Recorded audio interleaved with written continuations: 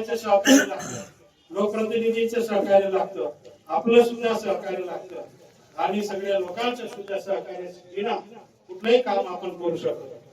त्यामुळे आपल्या तालुक्यामध्ये चांगलं असं काम चालू आहे. आपल्या तालुक्यातले सगळे पत्रकार हे चांगलं काम करतात. जे काही ज्यांनी चांगलं काम केलं असेल ते चांगलं दाखवण्याचं काम त्यांनी केलेलं आहे. चुकीचं काम केलं असेल ते सुद्धा मैदानामध्ये काढण्याचं काम आपल्या पत्रकारांनी केलेलं आहे. त्यामुळे आपण एक सुंदर असं काम आपल्या तालुक्यामध्ये आपण सगळे मिळून करतो आहे. पुन्हा मी सगळ्यांना पत्रकार दिनानिमित्त सगळ्यांना शुभेच्छा देतो. धन्यवाद. आज पत्रकार दिवस आहे. मागच्या वर्षी आपण पंचायत समितीला मनवलं होतं आणि तिथं काही लोकप्रतिनिधी जेवण ठेवलं पाहिजे असं विषय झाला. मी विचारलं पण होतं, पण आता राहू द्या म्हणे, नंतर आपण करू असं सांगितलं. मी खुलासा करून दिला नंतर ते ठेवणार आहे, तयार होता.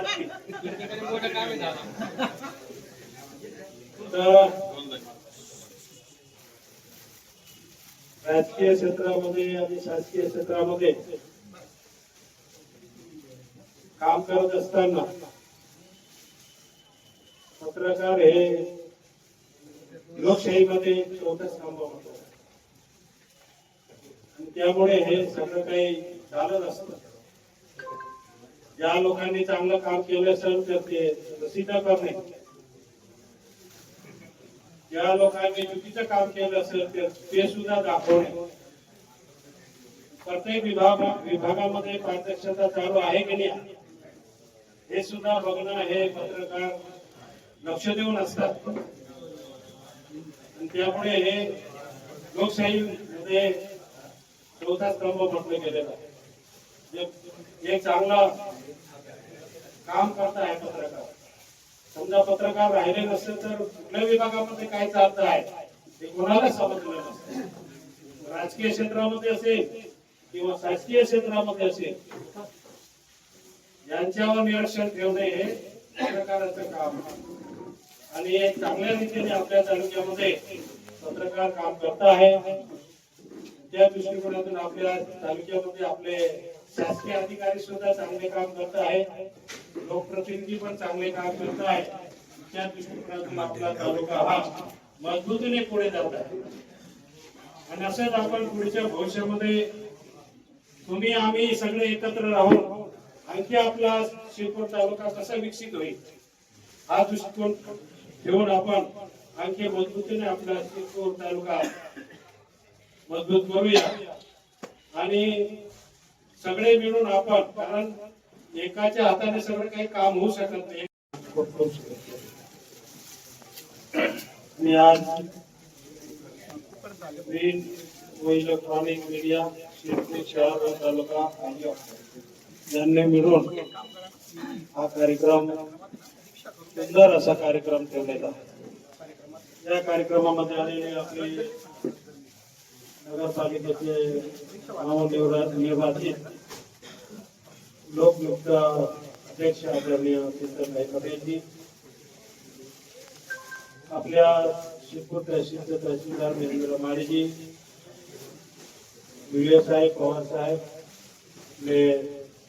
राजू भाऊ, परदेशी साहेब, हे चोखपणे बजावणारे जे काही ठराविक पत्रकार बंधू आहेत ते आठवणीने सर्वांना निमंत्रित करतात.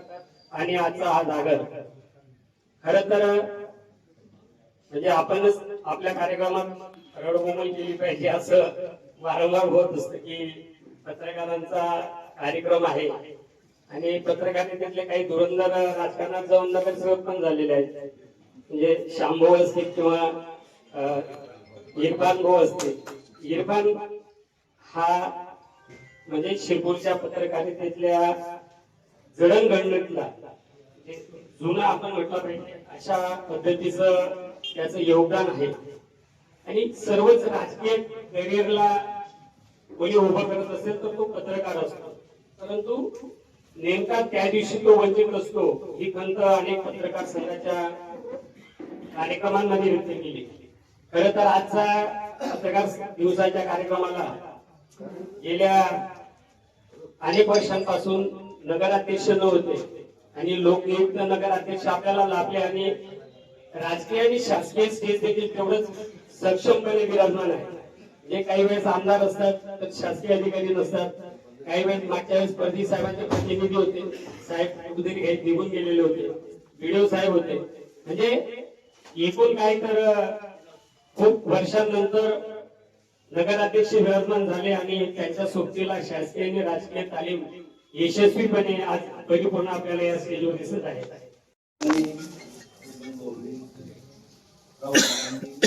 जे शब्द दिले होते ते त्यांच्या शब्दावर काय नाही. सांगितलंय की देवादादांनी मिळून तुमच्या पत्रकार व्हायची तयारी करा. त्याच्यासाठी आम्हाला ते काम चालू आहे आमच्यावर आणि तुम्ही जेवण द्यायचं झालं तुमचं तर ते ज्या दिवशी आपण टिक्का मारलं त्या दिवशी जेवण द्यायचं. आपण सर्व वेळात वेळ काढून आले. मुख्यमंत्री साहेब पुण्याला येत आहेत आणि एक एक मिनिटाची वेळ पाळणं पाहिजे. अमूल्य वेळ आम्हाला दिला.